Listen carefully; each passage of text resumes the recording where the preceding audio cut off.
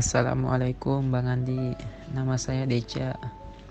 Mohon maaf, mohon izin Bang. Saya ada sedikit pertanyaan nih Bang. Bagaimana parameter atau tolak ukur bahwasannya kita ini sudah kenal sebenar-benarnya kenal dengan zat yang bernama Allah? Karena saat ini saya merasa bahwa sepertinya saya tidak usah lagi melakukan pencarian terhadap Tuhan. Saya merasa bahwa saya tahu saat saya sholat siapa yang saya sembah, dan ibadah-ibadah yang saya lakukan itu untuk siapa dan karena siapa, yaitu karena Allah. Dia yang tidak diserupakan dengan apapun. Dia yang selalu mengetahui apa yang ada di dalam hati dan benak kita, dan juga selalu ada di setiap gerak-gerik kita. Karena saya pernah mendengar Bang, ada yang bilang semuanya itu harus jelas. Jangan membuat persepsi atau patokan sendiri tanpa ada yang memastikan bahwa diri kita sudah sampai pada pencarian kita. Mungkin itu aja Bang, mohon penjelasannya dari Bang Andi. Terima kasih atas waktunya Bang. Assalamualaikum warahmatullahi wabarakatuh. Waalaikumsalam warahmatullahi wabarakatuh. Terima kasih Bang Deka. Deka apa Deca nih? Jadi ini kita jangan sampai terjebak ya. Jangan sampai kita merasa cukup, merasa puas, terus kita merasa sudah sampai dan tak perlu mencari lagi ya. Saya merasa saya sudah ketemu Bang, saya nggak perlu mencari lagi karena saya sudah tahu siapa yang saya sembah ya. Jadi kita harus pahami perbedaan kata tahu dan kenal ini berbeda ya. Banyak orang yang tahu tapi nggak kenal. Kalau orang yang kenal sudah pasti tahu. Nah, jadi kita kasih contoh dalam kehidupan. Kenal di sini harus ada makna. Kenal itu bukan sembarang kenal, tapi lebih dalam makna.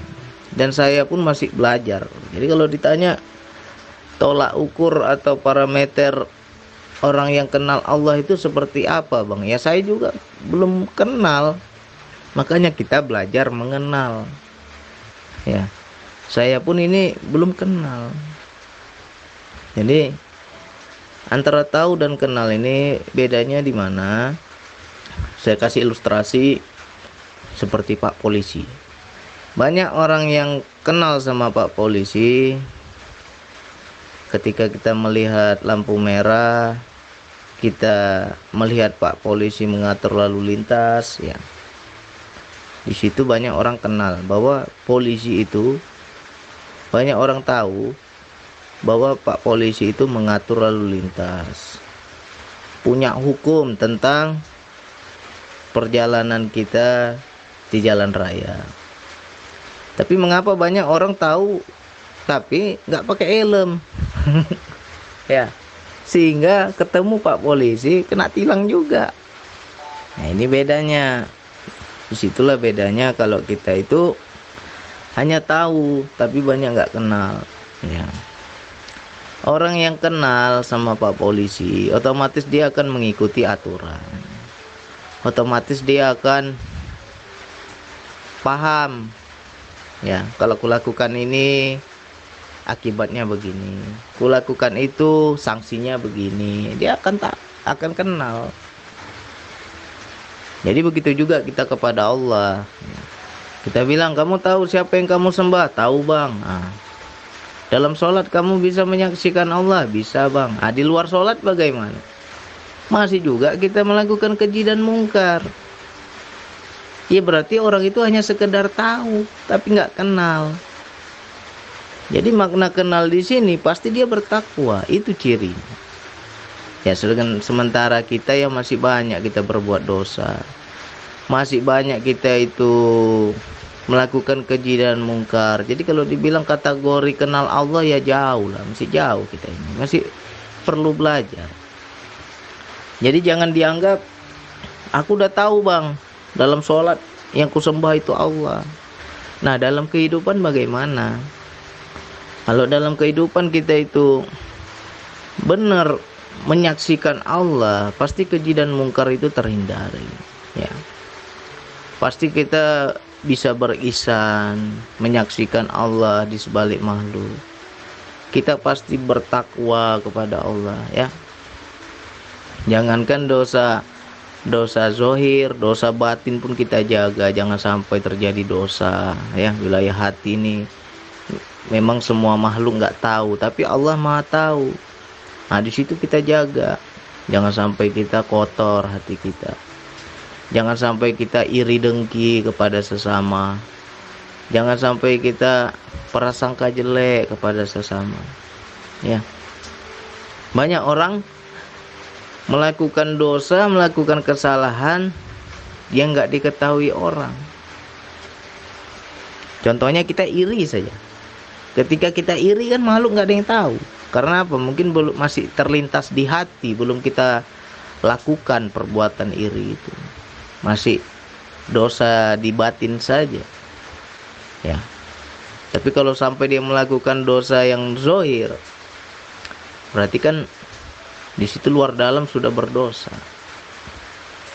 Nah, ketika kita iri kepada orang, sakit hati kepada orang, di situ kan kita berarti nggak kenal sama Allah.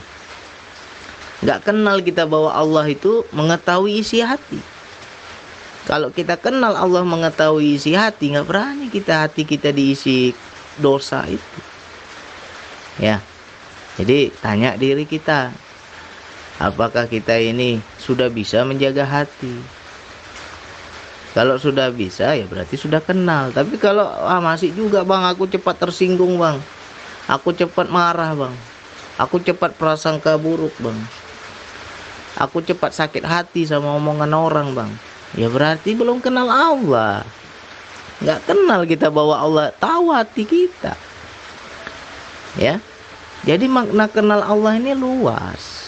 Makanya kita perlu terus belajar. Nggak ada istilah aku udah kenal, bang, nggak perlu lagi ku cari-cari. Makna mencari di sini adalah bukan mencari ingin bertemu seperti itu. Makna yang mencari di sini, kita itu berusaha mendekat sehingga kita kenal, benar-benar kenal, ya. Contoh ilustrasi Pak Polisi tadi lah.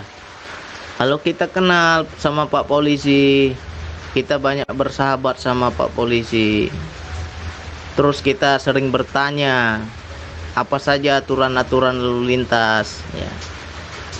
Kalau lambang ini maknanya apa? Kalau ada apa rambu-rambu di jalan, maknanya apa? Perintahnya apa? Kita bertanya, kita dikasih tahu, terus kita melakukan. Sudah tahu, melakukan. Di jalan raya harus pakai helm, ya kan?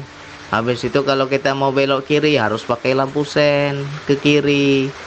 Kita mau belok kanan pakai lampu sen ke kanan, ya kan? Habis itu ada jalan itu rambu-rambu di jalan raya, garisnya kenapa kok menyambung, tidak putus-putus? Berarti kan tidak boleh berhenti, ya kan? Nggak boleh pelan, harus kencang. Nah, karena biasanya itu di tikungan itu, setiap tikungan ada garisnya itu nggak putus-putus.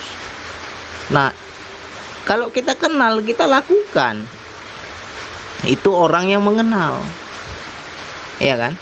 Kenapa selama ini banyak kita melakukan pelanggaran lalu lintas, ya?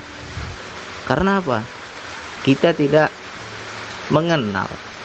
Kita tahu tapi tidak kenal, ya kan? Seperti tikungan, nggak boleh kita menyalip, nggak boleh kita memotong karena berbahaya, ya kan? Itu kan kita karena nggak tahu, sering juga kita lakukan. Karena nggak kenal sering kita lakukan. Kita tahu tetapi tidak kenal, ya. Begitu juga dalam hukum Allah. Makanya orang bilang, makomku, aku sudah kenal Allah, makomku sudah beda, aku nggak perlu lagi sholat karena aku sudah kenal Allah. Orang-orang yang seperti itu bukan kenal Allah, tapi hanya tahu. Kalau dia kenal Allah, dia akan kembali kepada syariat, ya. Dia akan kembali kepada syariat. Nggak ada dia menyempelekan syariat. Nah, sekarang tanya diri kita, syariat kita sudah benar belum? Nah, kalau saya jujur, saya masih belajar.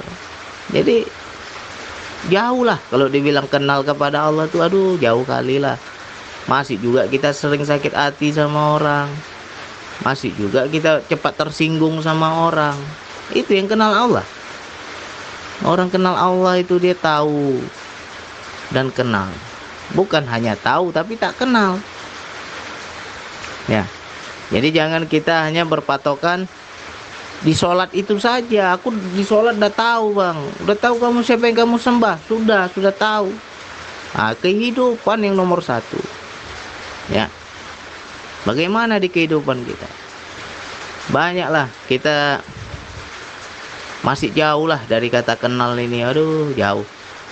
Jadi untuk Bang Deka nampaknya ini masih muda. Dari suaranya saya dengar masih muda. Jadi tolong jangan merasa puas, ya. Belajar lagi. Terus kita belajar. Jangan sampai kita merasa aku nggak perlu cari lagi, Bang. Waduh, itu kalau udah seperti itu tertipu kita. Belajar terus. Kepada siapapun tanya, kepada siapapun belajar. Ya, ilmu Allah ini luas. Jangan kita merasa udah sampai lah. Masih ada lagi, ya. Berlapis-lapis itu, bertingkat-tingkat. Kenal pun bertingkat-tingkat. Ada orang yang kenal dalam kategori yang saya sebutkan tadi, tapi ada lagi yang lebih lagi. Bertingkat-tingkat kenalnya. Nah, sekarang kita tanya dalam kehidupan. Kadang kita sama Pak Polisi yang mengatur aturan biar tertib jalan raya, kita aja nggak patuh, apalagi kepada Allah. Ya, itu yang dibilang kenal Allah. Hah? Padahal di sebalik makhluk itu ada peran Allah juga. Ya, apa gunanya polisi? Ya untuk mengatur biar nyaman, biar tentram, biar jauh dari kecelakaan. Itu kan ada peran Allah di situ, memberi aturan. Nah, terkadang kita kepada makhluk memandang rendah, masih juga kita nggak ikut aturan. Apakah itu ciri orang-orang yang kenal kepada Allah?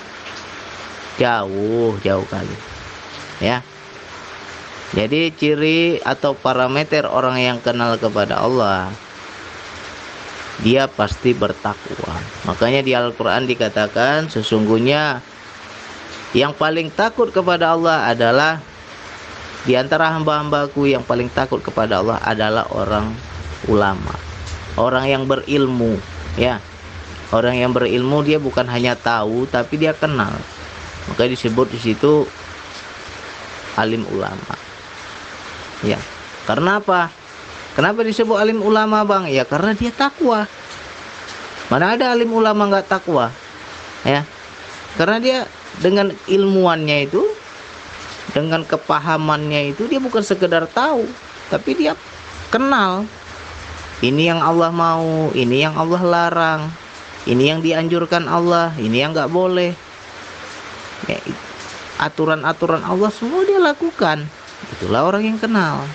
Ya, begitu juga tadi. Kenal sama Pak Polisi, pasti ikutin aturan Pak Polisi. Ini helm aja kita sering nggak pakai, ya kan?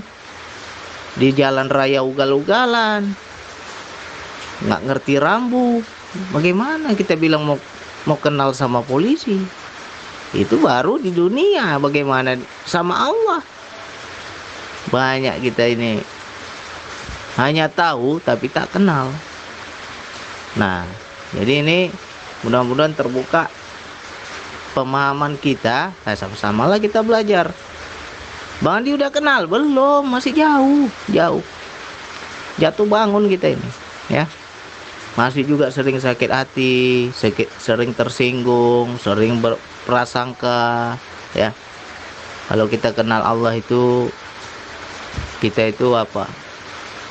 Jangankan dengan zohir, batin saja kita jaga. Ya Allah, aku tahu ketika terselip kebencian di hatiku, terselip rasa amarah di hatiku, Engkau tahu itu ya Allah.